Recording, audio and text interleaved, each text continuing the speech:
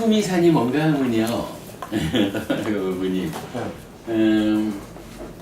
경전에서 수미산이 몇 번 나타나요. 뭐 산의 왕이라는 이제 이름으로 나타나고, 뭐 우리가 이제 보면 예류자를 설명할 때 산의 왕 수미산이 있다 이거예요. 수미산 꼭대기에 콩할 만한 돌멩이가 7개가 있어요. 이때 이 수미산하고 요 작은 돌멩이 7개하고 어떤 게 더 많을까? 클까? 그때 아마 우리 옛날에 이 얘기 한번 할 때 하나하고 7개니까 이게 많다 이렇게 답변하셨던 기억도 있는데, 어쨌든 뭐 이건 비교가 안 되게 수미산이 크죠.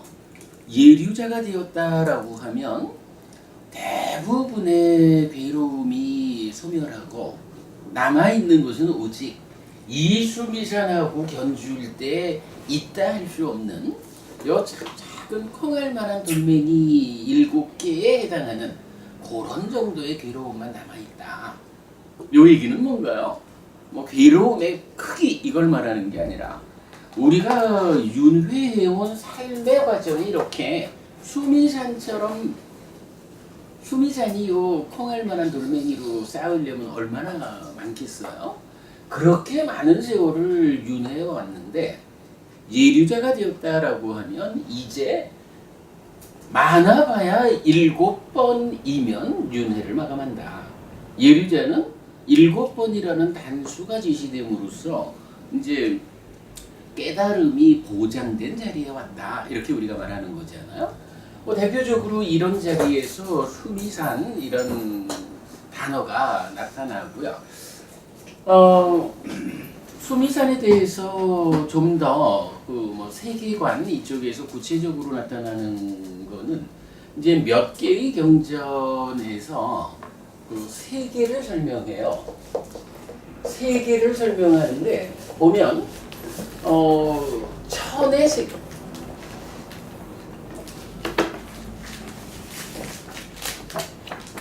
천의 세계가 있다 라고 말할 때 요 상황을 설명하면서 사천의 바다가 있다. 사천의 대륙이라고 나오든가 이렇게 나와요. 그러면서 천의 사왕천,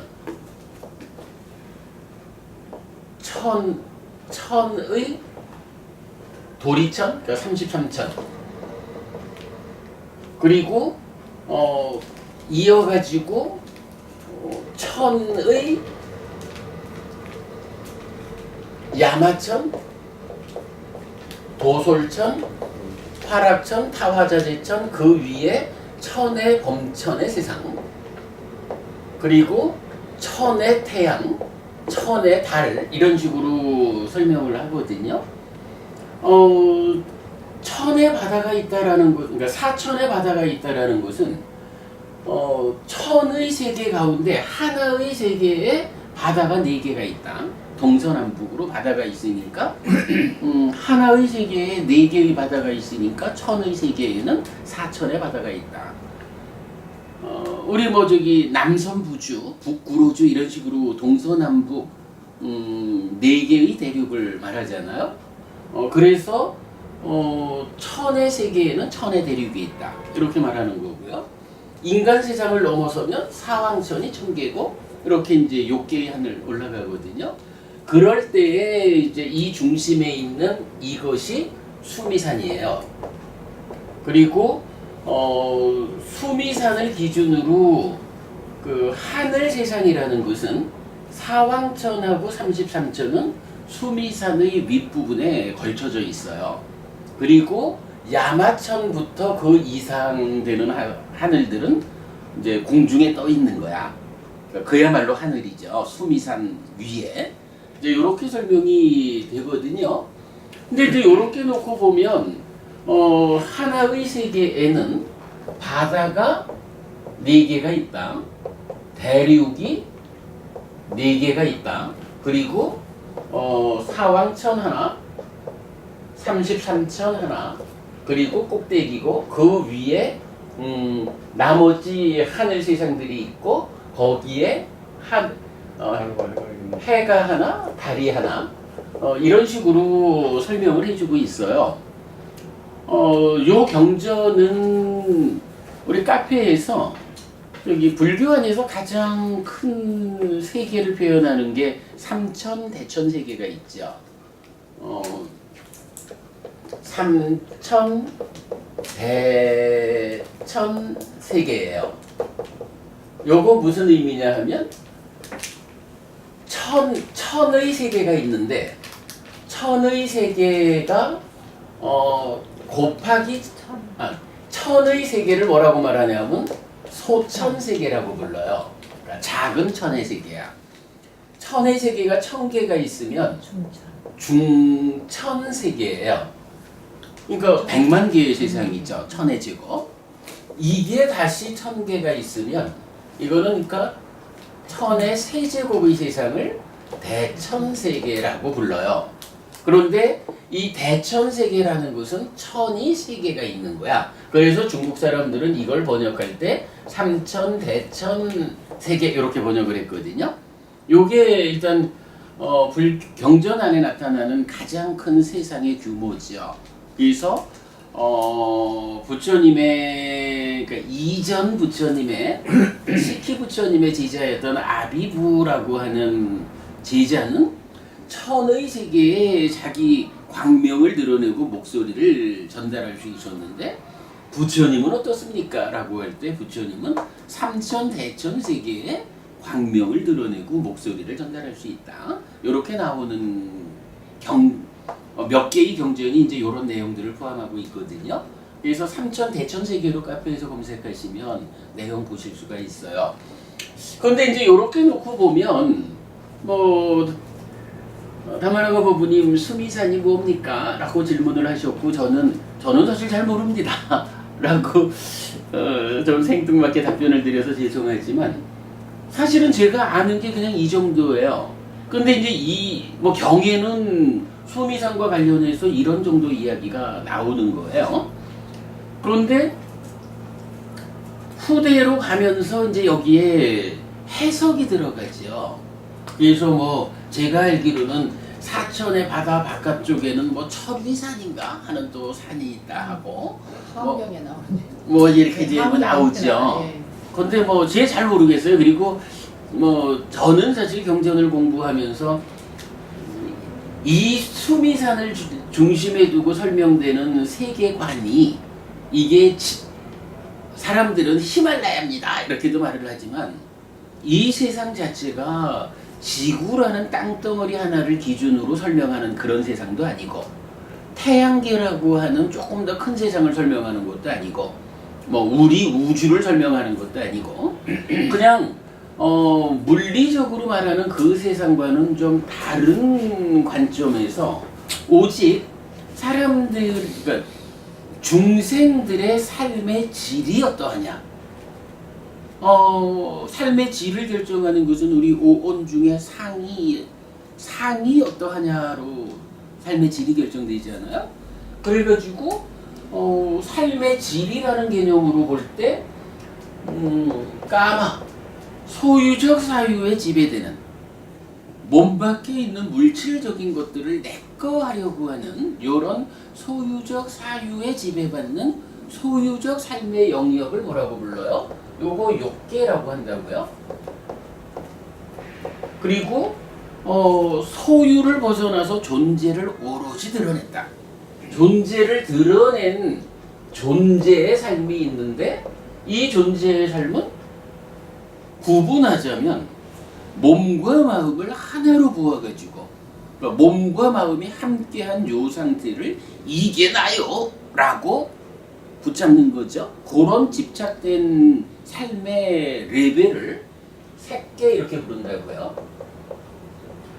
요때 요 색이라는 거, 루파라는 말인데, 뭐 이게 기본적으로 물질이지만, 이 루파는 경우에 따라서는 몸으로 쓰여요. 그래가지고 우리 코끼리 발자국에 비유한 큰 경인가요? 마치마니카야 28번 경 같으면 그런 얘기를 하잖아요. 집이라는 게 뭐 기둥과 뭐 집과 넝쿨과 뭐 이런 걸로 집을 세우잖아요. 그리고 이것이 공간과 함께 할 때 공간으로 둘러싸여진 이런 상태를 집이라고 이름 붙이듯이 우리도 살과 뼈와 힘줄과 피부와 요렇게 구성된 것이 공간에 둘러싸여 있으면 요거 뭐예요? 우리 몸이죠. 근데 요 몸을 이 경에서는 뭐라고 하냐 하면 이게 루파라고 색이라고 표현하고 있어요. 색이라는 요 말은 포괄적으로 물질 이렇게 쓰이기도 하지만 뭐 색성향 미촉 이럴 때는 또 안의 대상 보이는 것만을 제한적으로 말하기도 하죠. 그러고 경우에 따라서는 색이라는 말은 몸을 직접 말하기도 해요. 그래서 색계라고 하는 요 세상은 물질이 어떻다라는 개념으로 이해하기보다는 내 마음이 몸과 함께한 요 상태. 요게 이제 나죠. 근데 요거를 몸 밖의 것들에 대해서 내 거요라고 하는 소유는 걷어냈지만 몸과 마음이 함께하는 요 상태를 나라고 붙잡는 그런 삶의 수준, 그 정도의 산약, 상이 작용하고 있는 삶의 수준을 색계라고 부르거든요. 그리고 이걸 넘어서 가지고 무색 아루빠라고 하는 거죠. 몸에 대해서는 이제 아니요 이렇게 부르는 거예요. 그러니까 무슨 얘기냐 하면 마음하고 몸하고가 함께 만나서 내가 되어 있는데 우리 사문과경에서 보면 나오죠. 제4선에 가면 8가지 방향. 그 중에 첫 번째 방향이 뭔가요? 제4선에서 삼매를 닦으면서 이렇게 마음이 자기 활동적을 되찾게 되면 그때부터 마음을 기울이는데 어디로 기울이느냐? 지화견으로 기울인다. 이때 지화견의 내용이 뭐예요? 몸이라는 것은 이렇게 물질로 된 거고 부모에게서 받은 거고 밥과 죽으로 집적되고 이렇게 이제 몸을 설명하면서 그러나 이 몸이라는 건 죽으면 뭐 벌레도 파먹고 뭐 이러한 보잘것없는 것인데 거기에 비해서 비유하자면 팔각형으로 잘 가공된 보석과도 같은 이런 마음이 보석을 둘러싸고 있는 몇 가닥 실과 같은 요런 몸에 의지하고 묶여 있구나라고 알고 보게 된다. 이렇게 나오잖아요.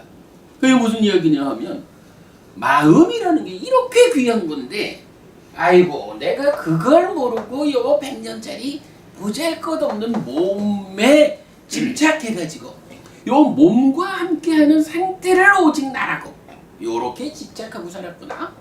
이제 내가 더 이상 몸에 대한 집착은 안 해. 내 마음이 몸하고 견줄 수 없이 귀한 거야. 이렇게 몸에 대한 집착을 내려놓은 상태인데 문제는 아직까지 지혜가 부족해서 요 마음이라는 걸 어떻게 보는 거예요? 요 귀한 요 마음이 요건 정말로 참된 거예요. 요 마음이야말로 나의 자아요 라고 붙잡는 상태, 그런 삶의 질을 무색계라고 말하는 거죠. 이렇게 소유의 삶과 존재의 삶이 욕계, 색계, 무색계 이렇게 나타나고 그랬을 때 부처님이 지시하는 불교적인 삶의 완성은 뭔가요? 소유를 없앴다 해서 이제 존재를 오롯이 드러냈다라는 걸로 만족하지 못하는 거죠. 이 존재의 내재한 문제를 보아서 존재로부터 해탈된 삶을 실현하는 게 불교죠. 이 이야기는 뭔가요? 무색이라고 하는 이 마음이야말로, 이 귀한 마음이야말로 나의 자아지, 참된 것이지 라고 붙잡는 요런 집착에서 그렇게 귀한 건데도 왜 늙고 죽어야 할까? 또 태어나야 할까? 요런 존재의 내재한 문제를 부처님이 주목해가지고, 사실은 이것이 완전한 상태가 아니라 존재에 내재한 문제가 있다 라고 찾아간 게 지난주 우리 보았지만 아산을 넘어서 무아의 산을 오르는 이거잖아요. 그래가지고 해탈된 삶이다, 열반이 실현됐다라고 하는 이 자리는 뭐예요? 그 귀한, 그래서 정말로 요거야말로 나의 자아라고 보았던 요 마음도 사실은 어떤 거예요? 사실은 그 마음조차도, 이 마음조차도 무산한 거예요. 그리고 그래서 늙고 죽어야 하는 불만족을 가진 거예요. 이거는 참으로 참되다 할 수 없어. 본질적인 귀한 나의 자아 아니요? 이렇게 말하는 게 무상고무하잖아요. 무색계라고 하는 몸에 대한 집착까지도 내려놓은 그 상황에서 그 마음마저도 집착되어서는 안 되는 것이요 라고 마음에 대한 집착까지도 내려놓고 넘어선 것이 불교가 제시하는 해탈된 삶, 열반인 거죠. 그러니까 이제 불교는 부처님이 이렇게 천의 세계 이러면서 삼천대천 세계를 말하고 그 가운데 수미산이 세워져 있고 이래 되지만, 이 세계 자체가 지구처럼 우리 눈에 보이는 히말라야 산이 있고 인도양이 있고 이런 인도적 세상 이렇게 접근해서는 안 되는 거고, 이러한 불교적인 삶의 문제를 설명하고 삶의 문제를 해소하기 위해서 제시되는 삶의 토대, 이거는 이러한 삶의 질이라는 측면에서 소유적인 삶을 살아가는 그러한 낮은 수준. 뭐 여기서도 물론 세 군데면 욕계의 여섯 항을 인간, 악귀, 축생, 지옥 이렇게 다양하죠. 뭐 그러한 소유적인 삶을 살아가는 욕계를 설명하는 부분이냐, 아니면 더 넘어선 존재의 삶, 색계, 무색계의 세상을, 뭐 여기서는 이제 범천의 세계라고 부르는 게 색계, 무색계를 합해서 부르는 말이죠. 그리고 부처님은 그러한 세상 자체로부터 벗어나야 한다. 그것이 해탈이다. 이렇게 설명을 해주는 거죠. 그래서 이제 아까 그 수미산을 누가 질문하면 뭐라고 답을 해야 할까라고 이제 고민을 하셨는데, 뭐 제 생각에는 수미산 자체에 대해서 굳이 고민할 일은 아닌 것 같아요.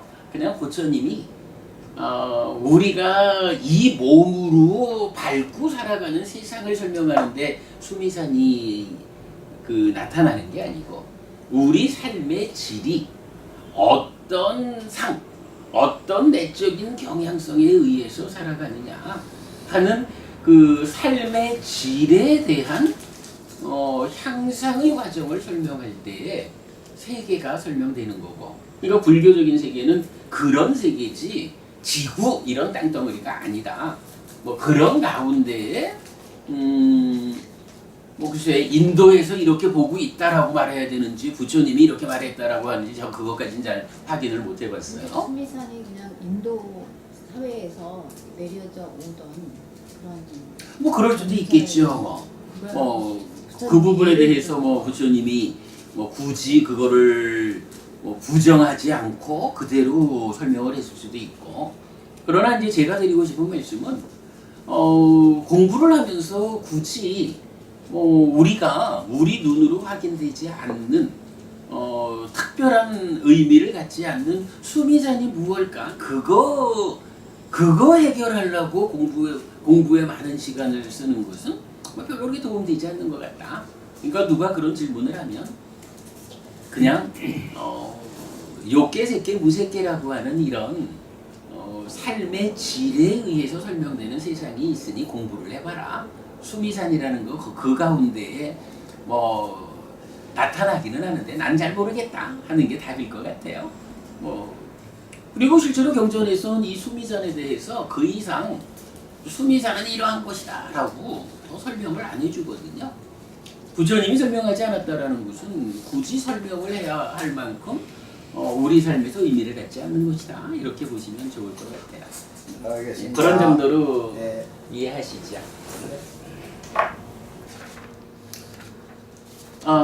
두 번째 세미나 깨달음에 대한 준비 과정을 진행하고 있습니다. 보통 명사이기 때문에 초등학생도 깨닫는다라고 말하는 거지만 우리는 그런 보통 명사적인 깨달음이 아니고 부처를 만드는 깨달음, 어떤 깨달음에 의해서 우리 스승 부처님은 부처가 되었다라고 스스로 선언할까? 그래서 우리 공부의 지향점을 알기 위한 부처를 만드는 깨달음에 대해서 공부하고 있습니다. 먼저 드렸던 교재에서 커다란 차례를 잡아봤죠. 그래서 처음에 첫 번째 주제로는 누구의 깨달음인가? 라고 보았어요. 그래서 누구의 깨달음? 요점은 그렇게 된 거죠. 우리가 알기를 열애시포라고도 하고 또 무상사와 조어장구는 무상조어장구 하나로 하나의 개념으로 보기 때문에 9가지 독성 이렇게 보지요. 그 10개든 9개든 이 부처를 지칭하는 용어에 포함되지 않는 용어가 또 하나 있죠. 열애라는 말이죠. 그래서 열애라는 말하고 9가지 특성하고 모두 10개의 용어가 부처를 설명하고 있거든요. 그럴 때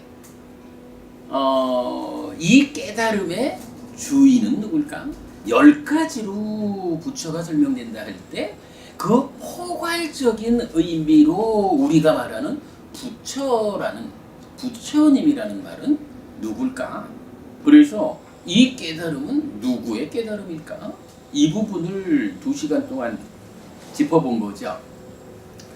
결론은 이랬습니다.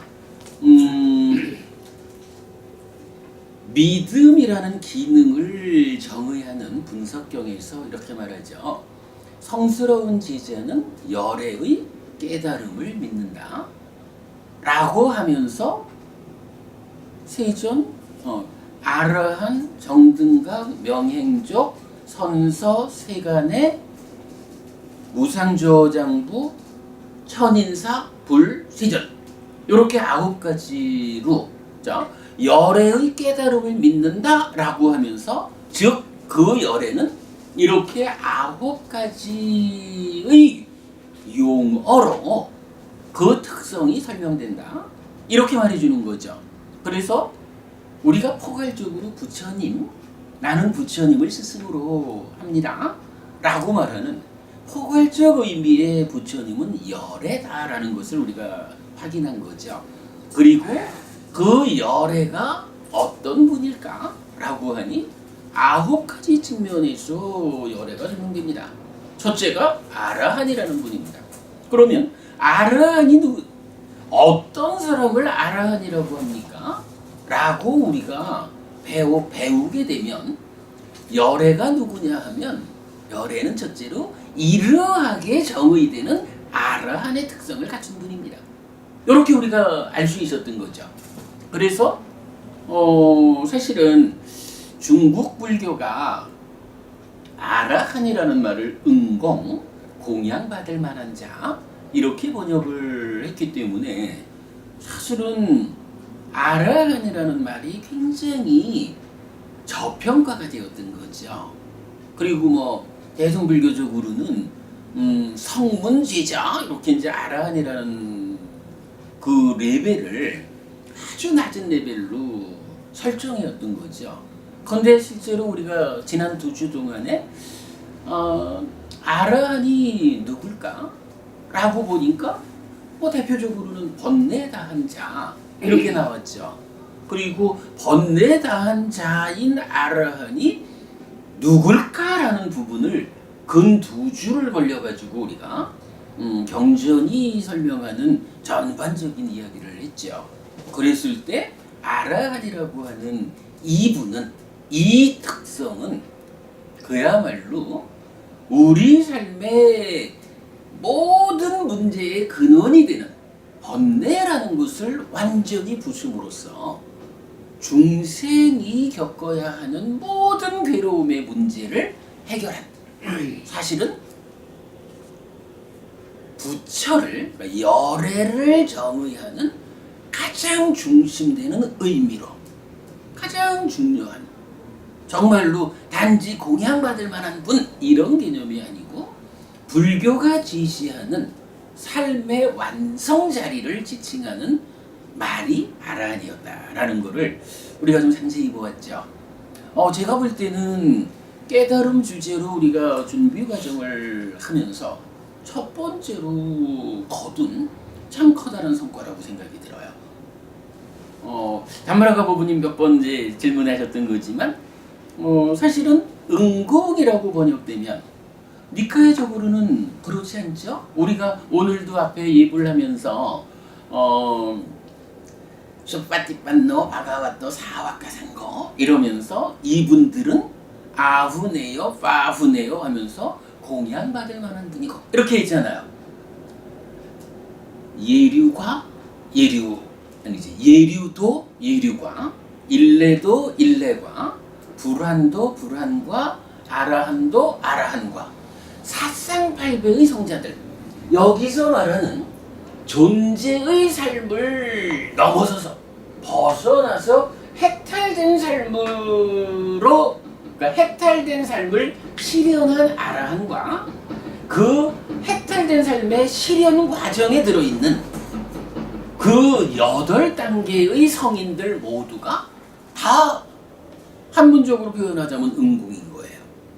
이럴 때 예류도에 든 성자하고 삶을 완성한 아라한하고 같이 볼 수는 없잖아요. 사실은 한국 불교에서는 하여간 아라한 하면 응공이라고 해서, 또는 뭐 절에 가면 500나한전 이런 전각이 있죠. 그 뭐 절에 가면 좀 뒤쪽에 쓸쓸하게 이래 있지만 사실은 그 500나한이 누구예요? 500아라한이잖아요. 그죠? 나한이 아라한이잖아요. 달리 봐야 되죠. 우리가 약간 아라한이 누굴까라는 부분을 요번 과정에서 참 상세히 알아냈다, 밝혀냈다 하는 것은 참 의미가 있다고 보입니다. 어쨌든 뭐 그렇게 아라한에 이어가지고 9가지 덕성 모두를 다 살펴보았죠. 그래서 2주에 걸쳐서 자, 우리가 깨달음에 대한 세미나를 하겠다라고 하는데, 이 깨달음이 누구의 깨달음일까? 라는 첫 번째 주제를 명확한 답을 한 거죠. 누구의 깨달음인가? 열애의 깨달음이죠. 우리가 포괄적으로 부처님이라고 부르는 그 열애의 깨달음이고, 열애께서 깨달았다라고 하는 그 깨달음의 구체적 내용이 무엇냐라고 한다면 아라한의 특성을 완전히 갖춘 거, 정등각의 특성을 완전히 갖춘 거, 명현족의 특성을 완전히 갖춘 거, 내지 불세존의 특성을 완전히 갖춘 거. 이런 깨달음이다. 이런 깨달음의 주인이 열애라고 대표적으로 불리는 부처님이다. 부처님의 깨달음이다. 이렇게 결론 냈던 거죠. 자, 그리고 이제 오늘부터는 오늘은 사실 좀 많은 이야기를 하자 그랬는데 이미 시간이 많이 가버렸네. 오늘은 이어지는 주제 몇 가지를 보자 했습니다. 이제 우리가 이 깨달음이 열애의 깨달음이다 라는 부분은 명확히 했거든요. 그랬을 때 경은부부님, 열애께서 부처님께서 깨달았거든요. 왜 부처님은 그 깨달음을 얻고자 했을까요? 무엇을 위해서 부처님은 내가 수행을 해서 깨달아야겠다 이렇게 하셨을까요? 생사에서 벗어나. 생사에서 벗어나기 위해서. 아. 응? 생사에서 맞아요. 그 답이에요. 근데 단마라고 부부님, 한국 불교에서 우리가 부처님의 깨달음을 이야기하면서 뭐 생도사라고 하는 윤회하는 이런 삶, 더 이상 윤회하지 않겠다. 윤회에서 벗어나기 위한 것이 부처님의 깨달음의 의미다, 내용이다, 목적이다 이렇게 말하면 한국 불교에서 잘 동의할까요? 석가모니 부처님의 존재가 좀 미미하죠.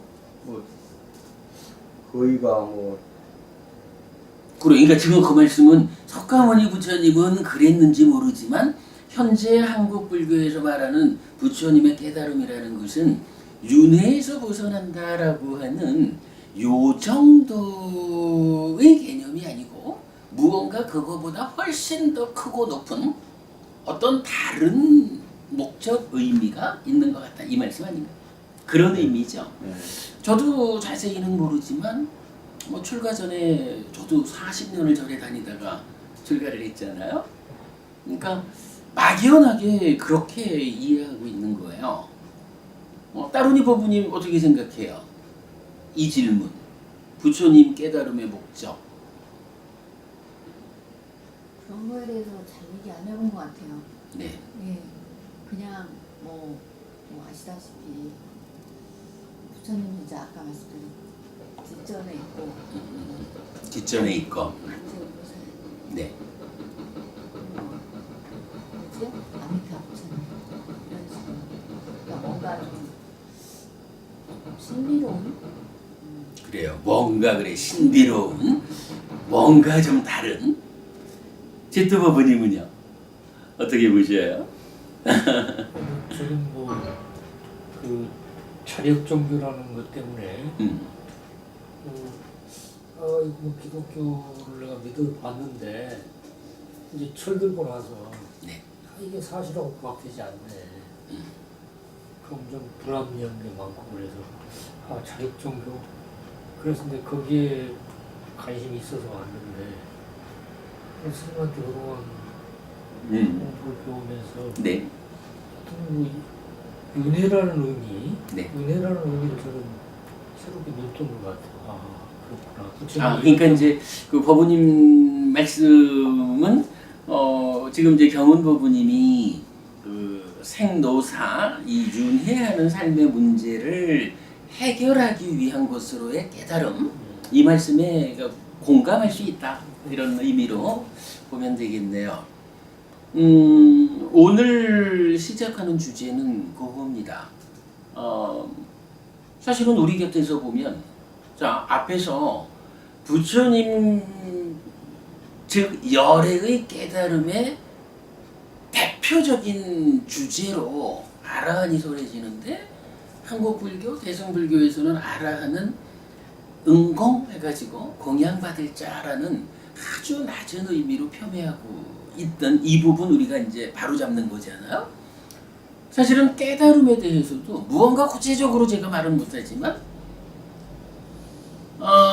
부처님의 깨달음이라는 것은 단지 윤회에서 벗어난다는 이런 건 기본이고 그 위에 무언가 있는 이런 식으로 사실은 깨달음이 우리한테 접근되어 있는 것 같아요. 특히 오래 절에 다닌 사람일수록. 그런데 우리가 늘 하는 얘기죠. 근본경전 부처님 살아서 직접 설한 가르침은 즉 우리 스승 우리 교주 부처님은 깨달음에 대해서 어떻게 정의해주고 있을까? 사실은요 누가 뭐래 해도 담마라고 법부님 아까 그런 말씀 언뜻 하셨지만 우리가 이렇게 공부하는 이유는 그거잖아요. 누가 뭐라 해도 공부의 기준은 부처님이거든. 여기서 말하는 부처님은 역사상으로 존재했던 우리 교주, 우리 스승 서가모니 부처님 한 분인 거죠. 그 이후에 누군가가 자기들대로의 어떤 상상을 얹어가지고 이런 부처도 만들고 저런 부처도 만들고 새로운 부처가 생겨날 때마다 새로운 깨달음의 개념이 함께 생겨나겠죠. 이런 부분 우리 명확하게 보아서 오직 스승이신 서가모니 부처님에게로 공부의 기준을 두겠다.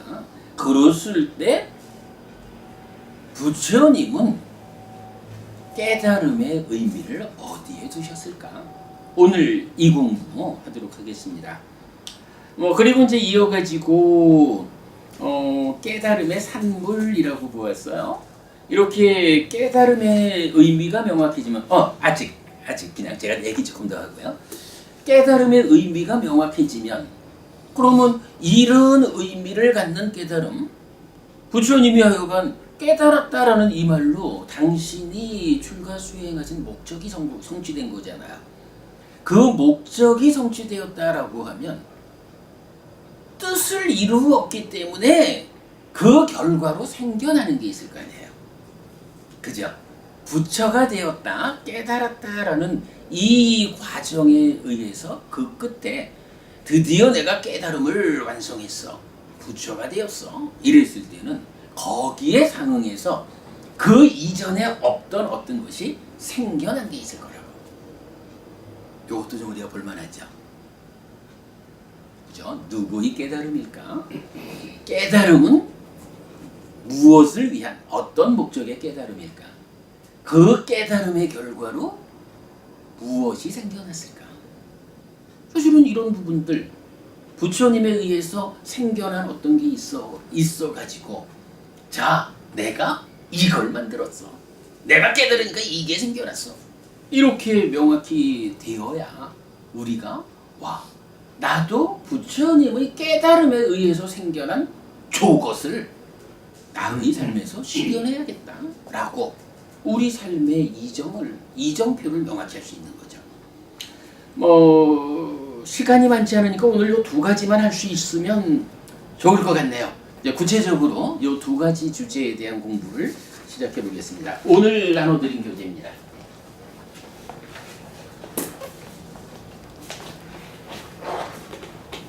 자, 오늘 드린 교재예요.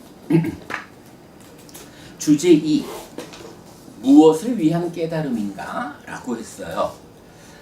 우선 알려드릴 거는 제가 우리가 준비 과정을 지금 진행하고 있기 때문에 글이 완성도가 좀 낮아요. 그냥 우선 급하게 제가 정리할 부분을 막 정리를 해봤는데 좀 부족한 대로 함께 보고 나중에 이제 세미나를 위한 교재가 만들어질 때는 훨씬 좀 다듬어져서 만들어질 겁니다. 자, 보겠습니다. 안구따라니까야 열애 모음의 76번 경이 세 가지 법경입니다. 세 가지 법경은 세 가지 법이 세상에 존재하지 않는다면 열애 아라한 정등각이 세상에 출현하지 않을 것이고 열애가 설한 법과 율도 세상에 드러나지 않을 것이라고 합니다. 즉, 세 가지 법이 세상에 존재한다는 사실이 열애 아라한 정등각이 세상에 출현하고 법과 율이 설해지는 이유라는 것입니다. 라고 적어봤어요. 자, 세 가지 법경에서는 정말 그렇게 말해요. 세 가지가 있다 이거야. 이 세상에, 우리가 살아가는 이 세상에 세 가지 어떤 것이 있는데 그 세 가지 때문에 열애 아라한 정등각이 출현한다. 달리 말하면 뭐예요? 그 세 가지라는 것 때문에 부처님이 필요해진다. 필요하지 않으면 부처님이 올 일이 없잖아, 그죠? 이제 그렇게 시작되는 경전이에요. 그렇다면 세 가지 법은 무엇입니까? 경은 태어남, 늙음, 죽음, 생, 노, 사의 세 가지가 그것이라고 합니다. 그렇다면 태어나고 늙고 죽는 현상이 세상에 있고 우리가 그 현상에 적용받기 때문에 열의 아라한 정등각이 세상에 출현하여 법과 유를 설한다는 의미입니다. 이 어찌 보면 좀 뚱딴지 같지요. 아니 세상에 누구나 다 태어나는 것이고 늙는 것이고 죽는 것이고 그렇잖아요. 이 세상에 내가 살고 있다라는 이 자체가 이미 태어남은 있다는 거예요. 태어남이 있는 거예요. 그리고 이미 우리가 한 60년쯤 늙어왔잖아요. 그리고 얼마의 살 시간이 지나면 죽어야 되는 뭐 이거야? 얘기거리도 아닌 거잖아요. 그냥 뭐 누구에게나 피해갈 수 없는 그런 우리 삶의 한 과정이죠. 근데 부처님은 이걸 그렇게 단순하게 보질 않는 거예요. 이 세상에는 태어남이라는 것과 늙는다는 것과 죽는다는 것이 있다는 거예요. 그리고 바로 그 세 가지 때문에 부처님이 필요해진다. 이렇게 말하는 거예요. 굉장히 좀 획기적이라 할까요? 저는 사실은 이 경전을 처음 볼 때 깜짝 놀랐어요. 우리 저기 기본기 교재 있잖아요. 기본기 교재의 시작을 제가 세 가지 법경으로 시작을 편집을 했어요. 저는 사실은 이 세 가지 법경에서 굉장히 충격을 받았어요. 태어난다는 거, 늙는다는 거, 죽는다는 거, 이 평범한 이야기가 부처님이 출현하는 이유가 된다. 만약에 우리가 살아가는데 태어난다는 것이 없고 늙는다는 것이 없고 죽는다는 것이 없다면 우리 스승이 이 세상에 출현하지 않을 것이다. 이 얘기를 하는 거거든요. 상당히 놀라운 일이었어요. 계속 보겠습니다. 수비고운에 이건 뭐 우리 저기 많이 하는 거죠. 우리 살아가는 가운데에 겪어야 하는 괴로움의 양상이 수비고운에 슬픔, 비탄, 고통, 고뇌, 절망이라고 하는 5가지 부류의 아픔이 있는 거죠. 우리가 살아가는데. 자, 이렇게 수비고운에 등 세상에는 많은 불만족, 괴로움의 문제들이 있습니다. 그래서 세상에는 많은 스승들이 이런 문제들의 해소를 위해 가르침, 법과 유를 설합니다. 부처님도 그런 스승 중에 한 분이라고 해야 합니다. 그런데 왜 이 경은 부처님이 출현해야 하는 이유로 이 세 가지 법을 구체적으로 제시하는 것입니까? 이런 이야기죠. 살아가면서 우리가 실제로요. 경험 부부님 저기 이 중에 제일 젊으시네. 어때요? 살아가는 동안에 나이 들어간다. 달리 표현하면 내가 늙어가고 있다. 이것 때문에 아주 좀 심각하게 왜 나는 나이를 먹어야 할까? 왜 나는 늙어가야 하는 것일까? 이런 고민 좀 심각하게 해보셨어요? 몸이 힘드니까 해본 적은 있어요. 몸이 힘드니까. 이게 이제 조금 달리 말하면 왜 내가 늙어야 할까? 이 고민보다는 아이고 왜 이렇게 아프지? 아니면 뭐 어머님 아직 계신지 모르겠어요. 예를 들어서 어머니가 돌아가셨다 이러면 어머니가 돌아가신 그 즈음에 얼마나 큰 슬픔을 겪었겠어요. 그 슬픔이 좀 더 확장되면 아주 비통에 처해가지고 가슴을 치면서 아파할 거 아니에요. 거기에다가 정말 조금씩 나이 들어가면서 몸이 내 몸 같지 않고 왜 병은 자주 오고 막 육체적인 아픔들이 있잖아요. 거기에다가 꼭 그런 것뿐인가 뭐 자식 새끼는 왜 이렇게 애미 맘도 울고 뭐 이런 근심하는 것들 거기에다가 때에 따라서는요 별 수 없다. 이건 내가 포기해야지. 아주 아주 그 절망에 의해서 어떤 상황에 대해서 절망하고 포기해야 하는 뭐 이런 일들 많아요. 사실은 우리가 살아가면서 괴롭다, 힘들다라고 하는 것은 대부분 이렇게 슬픔 쪽의 일이고 비탄에 빠지는 일이고 몸이 힘들어서 생기는 아픔들이고 근심 걱정하는 일이고 그 끝에 정말로 이건 포기했어. 난 이건 절망이야. 뭐 이런 일들이 살아가는 동안에 나를 아프게 하잖아요. 우리가 그러니까 불교가 괴로움의 문제, 괴로움의 소멸의 문제를 말한다라고 할 때 정작 우리한테 피부로 와닿는 괴로움은 수비곤으로 대표된다고요. 슬픔, 비탄, 고통, 고뇌, 절망으로. 그러니 부처님 이러면 당장 부처님 믿는 그 힘에 의해서 내가 슬프지 않으면 좋겠고 비탄에 떨어지지 않으면 좋겠고 이 몸이 아픔을 겪지 않으면 좋겠거든요. 참 자식 새끼 때문에 이런 거 뭐 이런 근심 걱정 안 하면 좋겠고 절망할 일이 없으면 좋겠죠. 그런 일을 위해서 우리 스승이 계시다라고 사실은 우리가 절에 다니면서 부처님을 믿는 이유가 사실은 거기에 있겠지요. 뭐.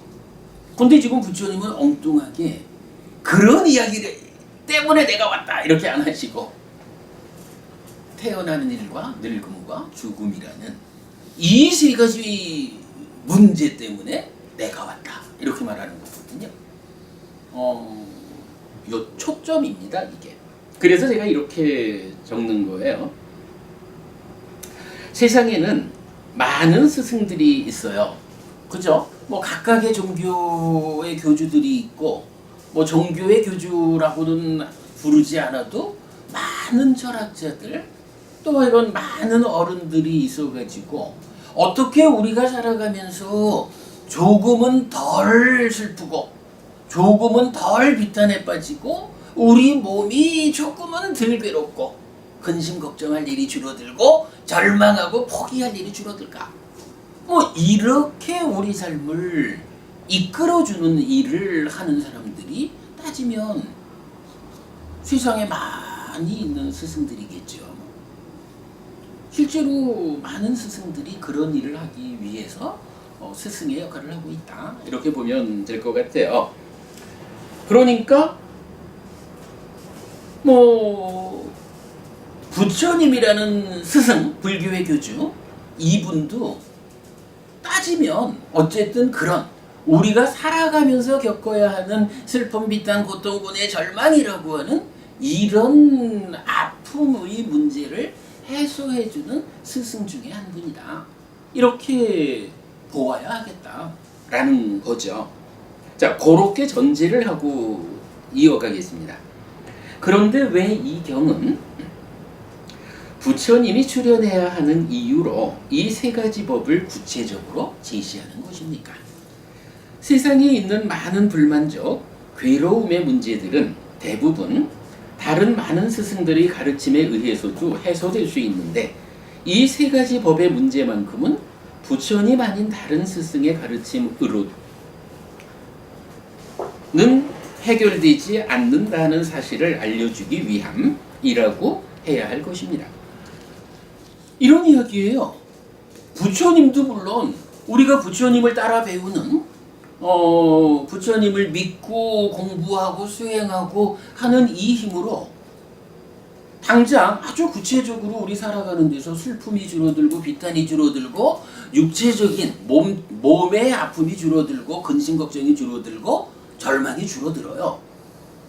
분명히 부처님도 그 일을 해주고 있고 세상에 많은 스승들의 가르침이 사실 안 그럴까요? 교회 다니는 분들이 부처님 가르침하고 다른 가르침을 믿는다 라고 해서 교회 다니는 그 힘, 예수님을 믿고 여호와 하나님을 믿는 그 힘에 의해서 교회 다니는 분들의 삶에 슬픔, 비탄, 고통, 고뇌, 절망이라고 하는 이런 아픔들이 진짜 옛날에 교회 다니셨던 제뚜 부부님 교회 다니던 그 시절에 슬픔, 비탄, 고통, 고뇌, 절망이라고 하는 우리가 살아가는 가운데에 보편적으로 수반되는 이런 문제들 줄어들었었나요? 줄어들었네요. 예, 교회 다니는 동안에. 이 소속감을 가지고 그 순종하면서 열심을 냈을 때는 줄어든 것 같았어요. 그런데 네. 이게 딱 보니까 여전히 그 문제에서 해결하지 못하고 있더라고요. 아, 그렇구나. 그러니까 이제 뭐 시간이 많지 않으니까 네. 이렇게 좀 줄여서 보자면 예수님의 말씀을 확실하게 받아들여서 확고한 믿음을 가지고 그분의 가르침을 실천하는 삶을 살 때는 슬픔, 비탄, 고통, 고뇌, 절망이라고 하는 이런 문제들이 법부님의 삶에서 사실은 많이 줄어들었었다. 그런데 어느 땐가 무언가 좀 다른 측면에서 이것만이 전부는 아니지 않을까? 라는 측면으로 접근을 해보니까 해결되지 않는 문제도 있더라. 이렇게 얘기가 제가 조금 제 의도에 맞춰서 바꿔서 표현을 해도 적절하겠죠. 아마 그 얘기를 제가 지금 하고 싶은 건지 몰라요. 교회 다니는 분들도 실제로 우리 곁에서 많이 보지만 그분들의 삶이요, 부처님 가르침이라는 이 바른 가르침과 다른 가르침을 믿는다라는 것 때문에 슬픔, 비탄, 고통, 고뇌, 절망이라는 이러한 일상 가운데 겪어야 하는 이 아픔이 줄어들지 않는다거나 오히려 바른 법이 아니기 때문에 그게 더 커진다거나 이러진 않을 거예요. 실제로 교회 다니는 분들이 다 잘 살잖아요. 모두 다는 아니지만 올바른 믿음으로 사는 사람들은 잘 살아요. 그런데 그 올바른 믿음에 의해서 잘 살던 제뚜버부님이 고민을 하셨다는 거잖아요. 그거 말고도 그거만 가지고는 다 해결되지 않는 어떤 거, 이런 부분에 관심이 딱 가고 나니까 그것만으로는 부족했다.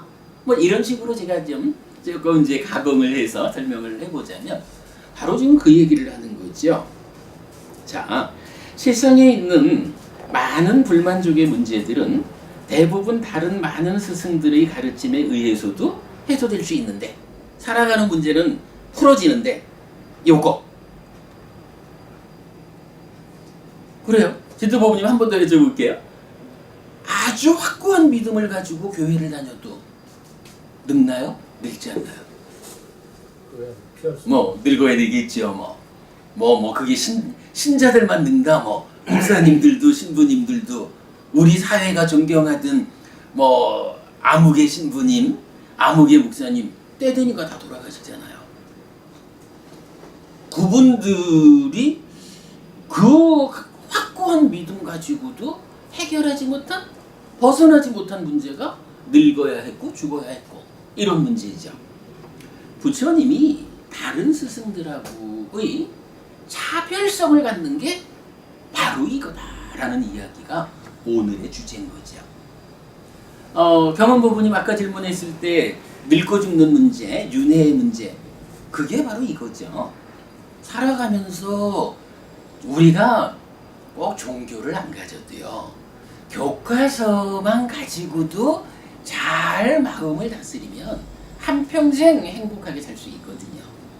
그런데 문제는 늙고 죽어야 한다라고 하는 이 문제, 그래서 죽은 다음엔 또다시 태어나서 반복해야 하는 이러한 문제는 교과서가 답을 주지 못하고 다른 종교가 어떤 철학이 답을 주지 못하더라 이거죠. 부처님이 열애아라한 정등각이라고 자신을 칭하면서 열애아라한 정등각이 이 세상에 출현해야 하는 이유가 무엇이냐?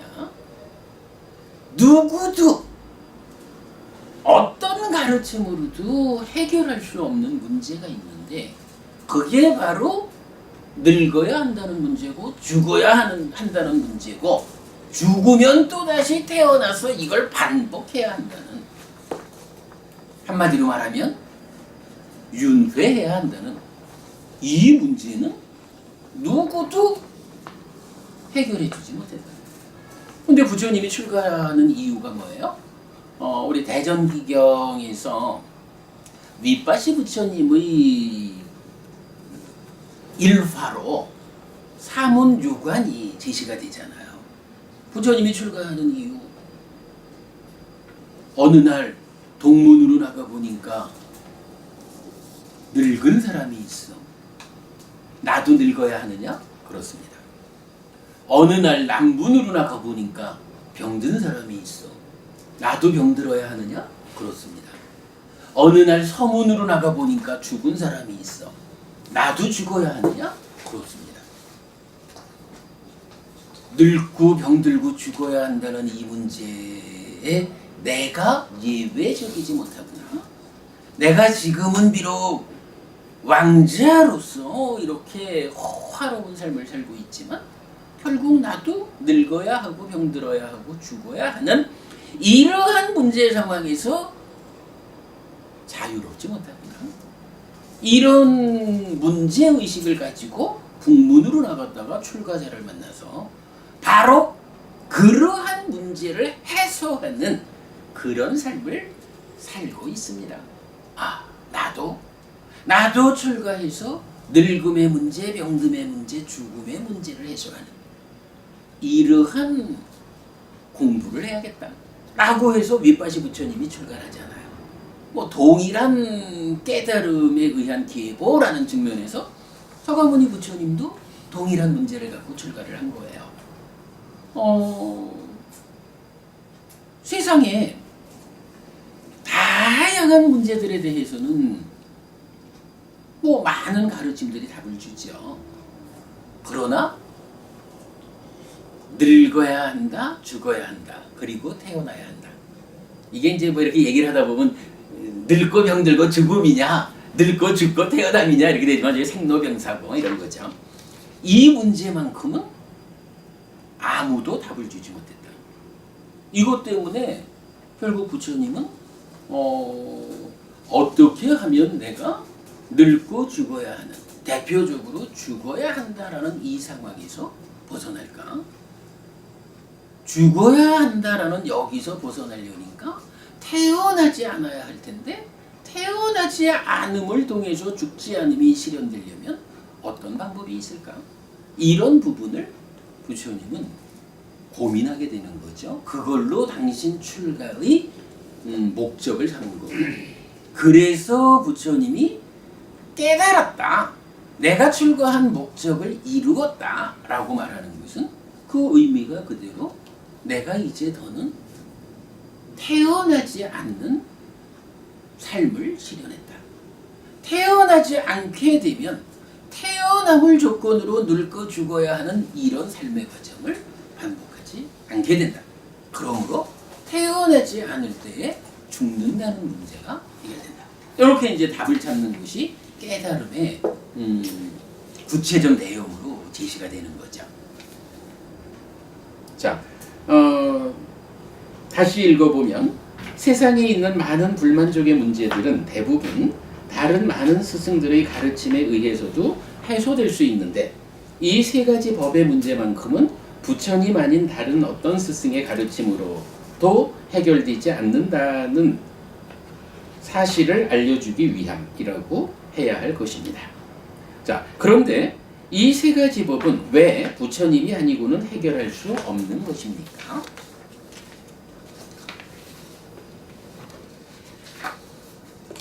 일반적으로 스승들은 자아라는 거죠. 나의 삶에 수반되는 불만족에 대한 답을 제시합니다. 내가 세상을 상대로 살아가는 과정에서 생기는 문제의 해소입니다. 그런데 생노사는 세상과의 관계에서 생기는 문제가 아닙니다. 오치온으로 정의되는 삶에 내재한 문제입니다. 유신이라 불리는 몸과 함께하는 삶을 살아가는 중생인 한 거부할 수 없는 내재한 문제인 것입니다. 이렇게 말했어요. 세상에 많은 스승들이 어떤 일을 하느냐라고 보니까 아까 우리가 본 거지만 세상이라는 것이요, 우리 삶이라는 것의 질에 의해서 구분되잖아요.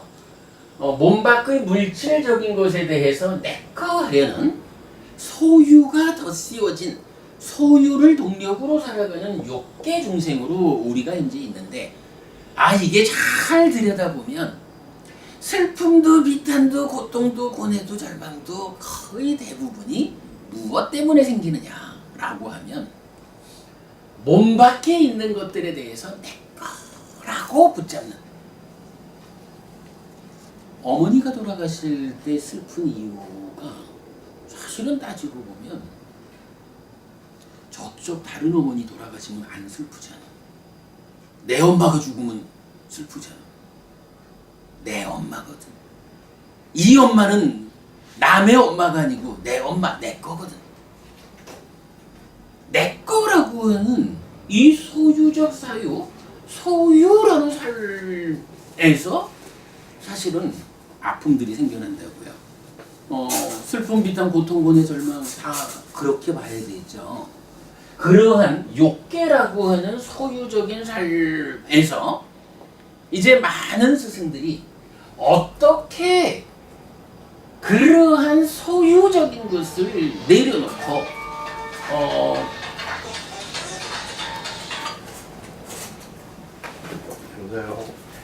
그러니까 덧씌워진 소유를 걷어내고 존재를 오롯하게 드러낸, 그래서 이제 소유라는 것은 나하고 나 아닌 거, 즉 나와 너희 이 관계 가운데서 네 거지만 좋은 건 내 거 하고 싶고, 너도 너이기는 하지만 사실은 내 거고, 뭐 이런 관계 때문에 괴로움이 생겨나는 게 욕계, 소유의 삶이라면, 존재의 삶은 그냥 내 거라고 하는 개념이 없는 거예요.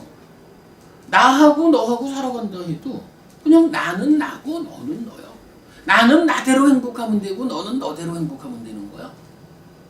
굳이 요 중간에 있는 어떤 거를 요거 좋은 거니까 내가 가질 거요?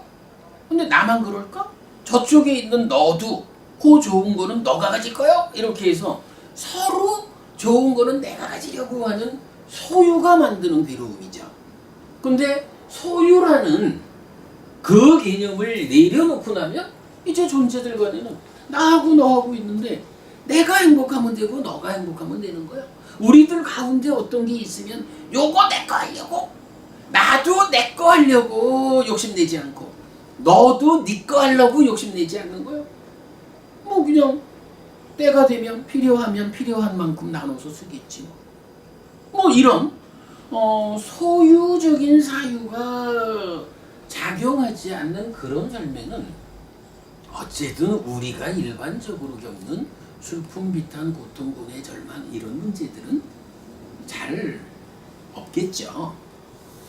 그래서 사실은 굉장히 좋은 삶이에요. 그래가지고 이렇게 많은 스승들이 소유를 내려놓자 존재가 오롯이 드러나는 삶을 살자, 그리고 존재의 삶 가운데서도 존재의 삶의 질을 좀 더 승화시키자, 이러는 게 초선, 제2선, 제3선, 제4선, 공무변초, 식무변초, 무서의처, 비상비, 비상처, 이렇게 새끼 무새끼가 8단계의 하늘로 구성되는 이유지요. 이제 그렇게 많은 스승들이 답을 주는 거거든요.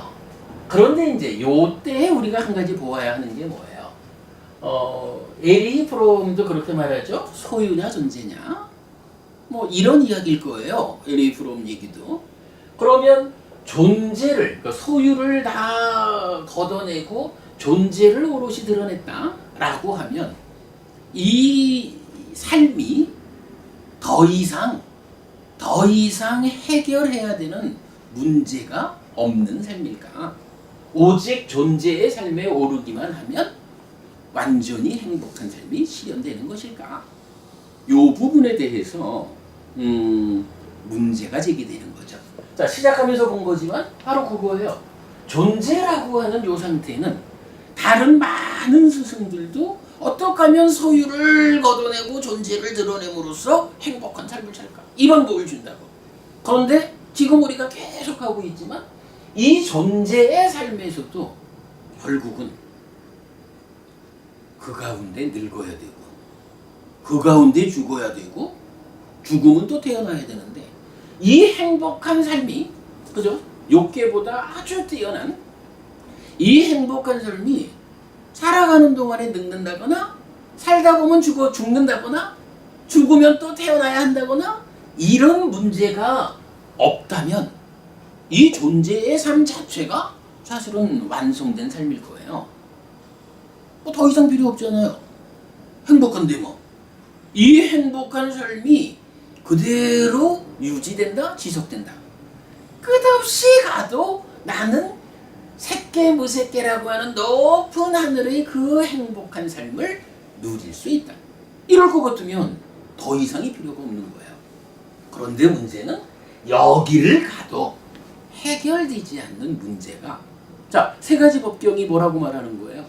세상에 우리 삶에 구체적으로 세 가지 문제가 있고 그 세 가지 문제가 나의 삶에서 그대로 적용되어서 다른 사람 얘기가 아니고 하루 내가 늙어야 하고 죽어야 하고 또 태어나서 반복해야 하는 이 문제를 내가 겪어야 한다. 이 문제죠. 그 문제에 관해서는 세상의 어떤 스승도 답을 주지 못했다. 요 개념이죠. 그래서 생노사는 세상과의 관계에서 생기는 문제가 아닙니다. 그런 얘기죠. 나하고 너하고 간에 아무 문제 없으면 되는데 그러면 되는 줄 알았는데 알고 보니까 내 안에서 내가 늙어가고 있는 거야. 나하고 너하고 사는 관계에서는 아무 문제가 없어졌는데 존재의 삶.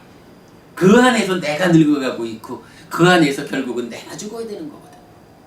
근데 현명한 자라면 너하고의 관계에서만 좋으니까 다 됐어 이럴 순 없잖아요.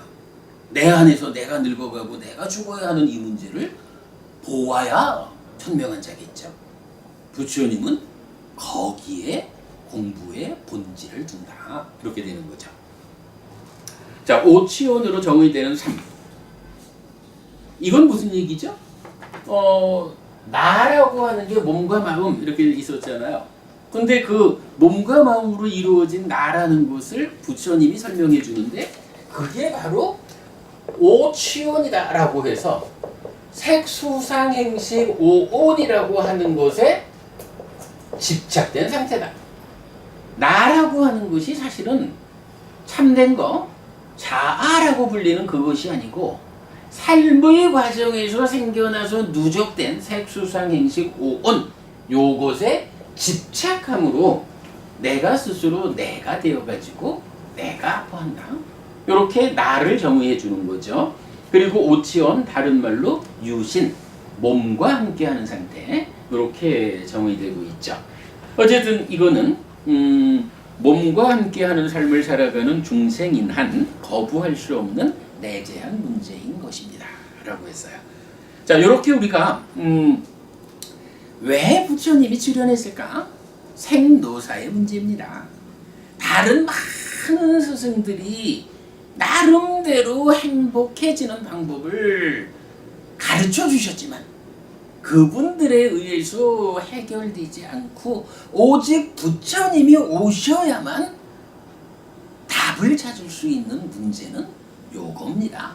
존재의 내재한 문제. 너하고 간에는 아무 문제가 없는데 그럼에도 불구하고 내가 늙어가고 있고 내가 죽어야 하는 이런 나라는 존재 안에 내재한 문제. 요거는 부처님 말고는 누구도 답을 주지 못했다. 그것이 바로 부처님이 오셔야 하는 이유다. 세 가지 법경이 그걸 말해주고 있죠. 자, 여기까지 하고 조금만 쉬었다 할까요? 예. 이게 주제를 이렇게 끌어오기가 참 어려운 주제인 것 같아요. 우리는 많이 들어서 진도가 너무 느리게 저한테는 느껴지는데 어려운 주제죠. 그렇죠. 사실은 이게 그렇게 주목하지 않는 주제가 되니까, 근데 그 주목하지 않는 내용 때문에 부처님이 오셨다라는 것을 어떻게 진짜 연결지어야 하느냐 하는 게 좀 쉽지 않은 문제인 것 같아요.